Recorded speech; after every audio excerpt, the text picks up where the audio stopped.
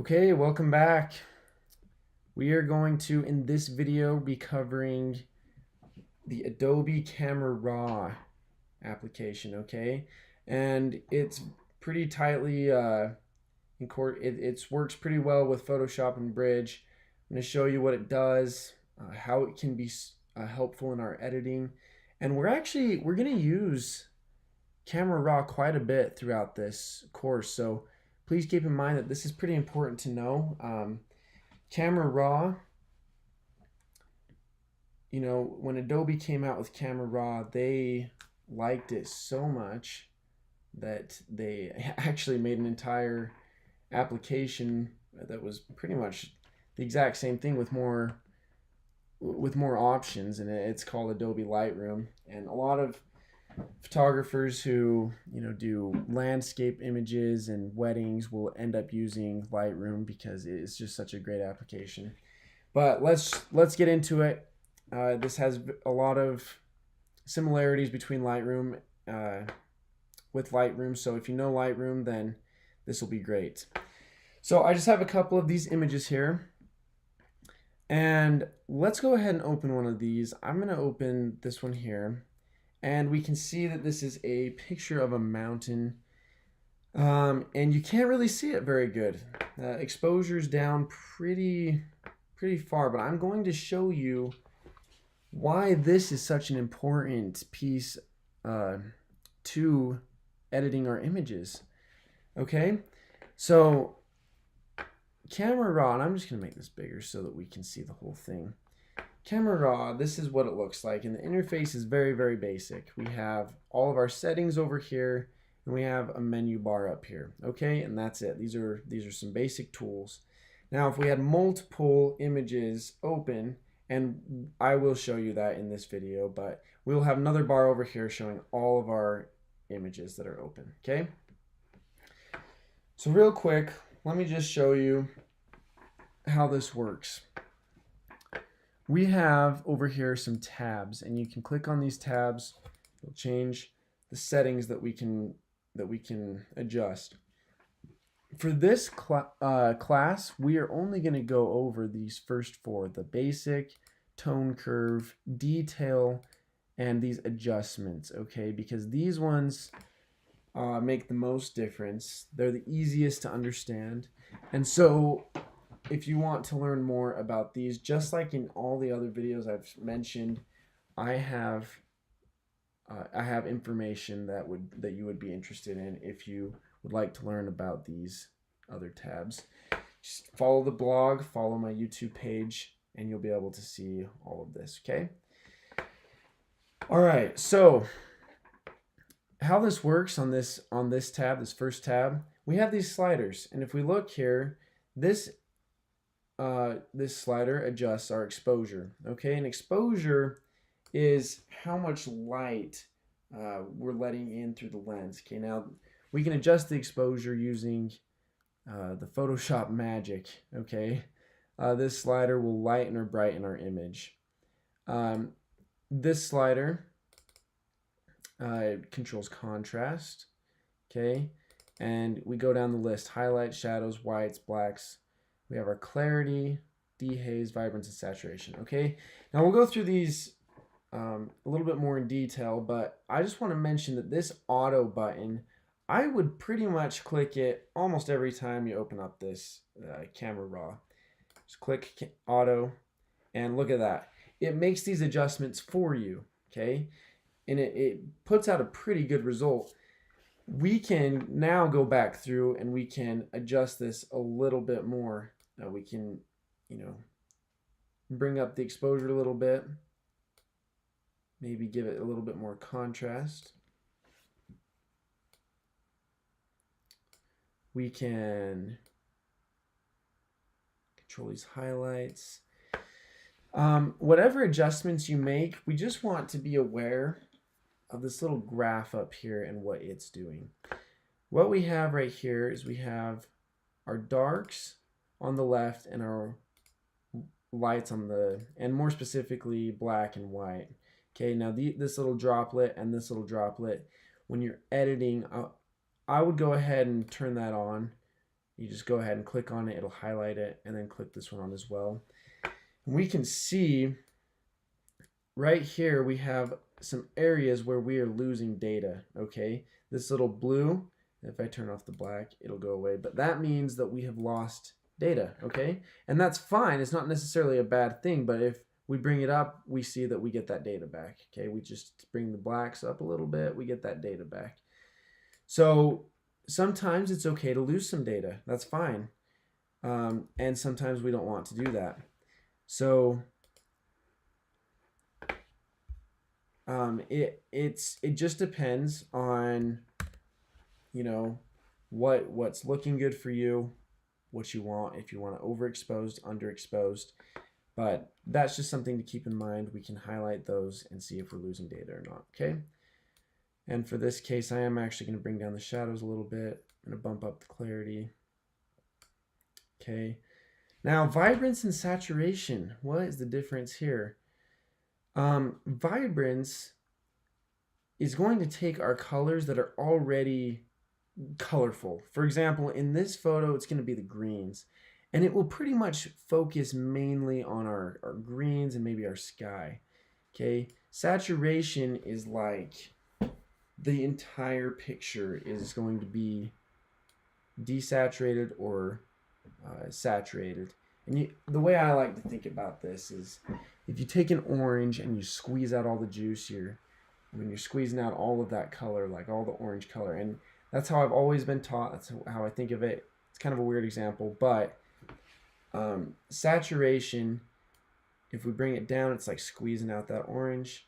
Bring it up, it's like we're pumping juice into that orange, okay? Whereas vibrance is a little more targeted towards those already vibrant colors, okay? It's not going to affect the entire picture as much.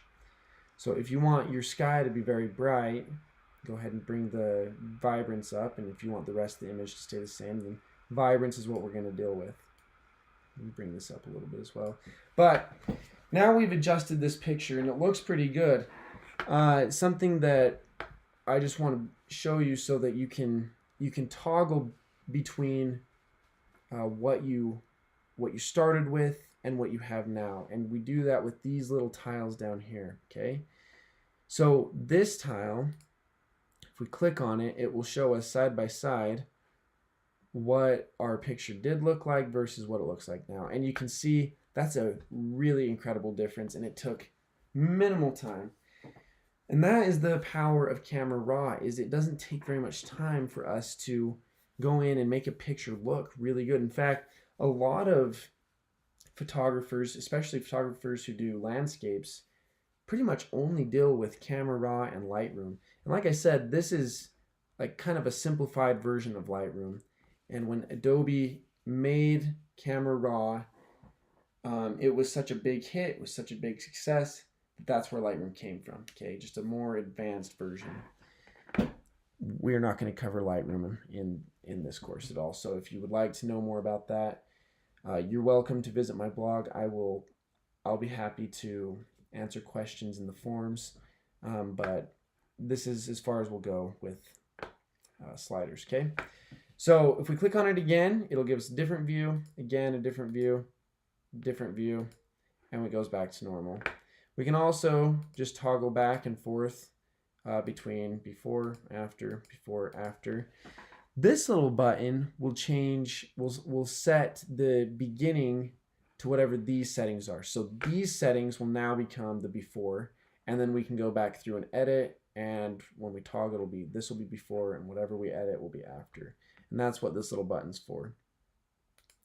Okay, so this turns off the filters and then on the filters. Off, on. So it's essentially the same thing as this, just a little different because this will retain all of the information. It'll have the true beginning picture. Okay, so that's enough with this tab. Let's go on to this tab right over here, our tone curve. And something you should know about Adobe is if you hover over, it'll tell you what it's called. It's really nifty. So let's just look at this real quick. The tone curve, We can control our highlights, our lights, darks, and shadows, okay? And I always like to take a look at this graph up here to make sure that we're not jumping up the sides of the walls. We don't want to have anything shooting up the sides of the walls. Okay, like this is bad. We don't want that. That's bad. That's not good. Look, if we turn on this, we're losing a lot of data in here. Okay, and it works the same with the whites. If I bring the highlights or the all the way up, we lose tons of data. This is now a kind of ugly image. And you know, maybe that's what you're going for, and that's fine. It will leave it like that, but that is kind of how that works. And if we just double click on each one of these sliders, it'll just bring it back to the middle to what it was before. So that's how you can get it back to the middle if you'd like, instead of trying to drag it all the way back. Plus, you can also type 0 into these boxes. It'll do the same thing. Okay, so that is our tone curve. Now, sharpening and noise reduction. A lot of people don't know what this is actually doing, but it is doing something, okay? And let's discuss it very clearly for you. Now, down here in this corner, this left bottom corner, we have these little plus and minus that allows us to zoom in and out, where we have this zoom tool up here. We can also hold down our zoom key, the Z key on the keyboard, and it'll do the same thing. H key will give us the hand. We can move it around. Control, and you know what? I will post little charts for keyboard shortcuts. I recommend you learn them. They make editing so much faster. But Control 0, that'll bring you back to regular size. As we go throughout this, I'll give you keyboard shortcuts as we go along. Some of them are very complicated, some of them are very easy, but like I said, I will have charts posted and available for your use, okay? All right, so let's take a look at noise reduction and what that is talking about. I'm going to zoom in pretty far. Let's take a look. We can see we have kind of this graininess up here, okay? This is called noise. And so how do we get this to go away? Well, it works by blurring it a little bit. We blur the pixels together a little bit, and that's what this slider does right here. If we move it up, you can see very distinctively the change, and I want you to look very closely. We can see that it blurs those pixels together. That's kind of how we're reducing the noise. Now, if we do that too much, the problem with doing that too much is it makes our picture look a little funny, okay? So we don't want to blur it way too much. I like to give it a good medium just until I can see the noise start to go away. Maybe bring it up a tiny bit more. Now, luminance detail is going to increase the details of all of our contrasts, okay? So with these two sliders, we can do a great deal of reducing the noise going on in this photograph, okay? Now, what is sharpening then? Okay, so now that we have blurred all of our pixels together,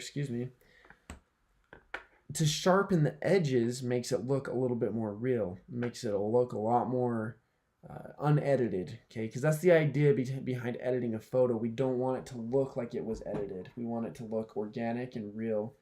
And to do that, we want quality and we want sharp edges. So sharpening works by basically this is going to increase, and you can see on the screen how it brings back a little bit more roughness to the image. So I'm going to bring it right here to add some texture to the image. with this masking slider down here, if I hold Option or Alt on the Windows, I can see as I'm dragging, I'm holding the Option key. I can see where all of these edges are, and as I come down, I find that's pretty good on the edges. It's found the edges pretty good. I don't want to go here; it's too blurred right here, but that's a pretty detailed edge right there. So I'm going to let go. Okay, and it sharpened those edges just a little bit more crisp. Okay, and that is how sharpening and noise reduction work. I have more videos and articles about sharpening and noise reduction coming very soon, so please keep following the blog. We'll show you everything you need to know about that. Okay, all right, let's move on to the next tab. Command 0, Control 0, depending on what you're using to get back to full size. All right, so this is the last tab we'll cover, but right here what we have is we have our hues, saturations, and luminance. Okay, so we have in this picture some blues, some greens, and we can take advantage of this. We have some orange in the rocks. We can really take advantage of this. If you'll notice the sky, we'll come down here to the blues. I'm going to turn the sky, and just the sky, a little bit of a different color. See how we do that? Just the sky, just by sliding this slider, right? Very, very easy to use. We can turn it purplish. We can give it a little bit darker blue, a little bit lighter blue. Okay, and we can use these sliders to adjust the image as well. It's really neat what we can do here. We can take the rock, we can make it a little bit more yellow, a little bit more red, depending on what we're going for. Same here. These sliders are great. Makes for a really beautiful image by the time we're done editing. So as we move these sliders, it's going to change the colors in the image. Now saturation, and there are some really cool tricks that I'm dying to show you guys with these sliders. There's some really cool things you can do with these saturation sliders, and we'll get into that later on in the course. But notice the orange is very bright. If I just take this orange, we can bring down just the saturation on the orange. Isn't that just really, really cool? It's super neat that we can do that with just these sliders. If we were trying to do this in Photoshop, it would take a long time to just select that area, bring down the saturation, or paint certain areas with that saturation. And with this little application, we can do all of that instantly. It's just fabulous. Okay, so I don't really like that look. I want it to be a little bit more bright. The greens, however, I can bring down a little bit. They're a little bright, so I'll bring them down to about here. And we'll bring the sky down just a tad, or we can bring it up to make it a little bit more blue. But anyways, this looks much, much, much cleaner and better than what we had before. And now we see what the power of Camera Raw and what it is capable of. In just 10 minutes, we can make pictures look really good and really crisp. Okay, so that is that for Camera Raw. There is something else that I want to show you, a really cool capability that we have with Camera Raw before we wrap up this video. So I'm going to go ahead and hit cancel. It means it's not going to save any of those changes. And I'm going to come here. Now these are 3 images that I took, or I found on the internet. And they are basically someone has taken a picture and then turned a little bit, taken another picture, turned a little bit, and taken another picture. So we're going to bring all 3 of these in. We can hold the shift key and click this one. That'll select all 3 of them. Okay. Or we can click this one, hold down the option key and click, the command key and click both of these, and it will select those. Okay. So The idea though is we want to get these into Camera Raw. Now, if we'll notice, these are JPEGs. If I just double click on this, it'll take us to Photoshop.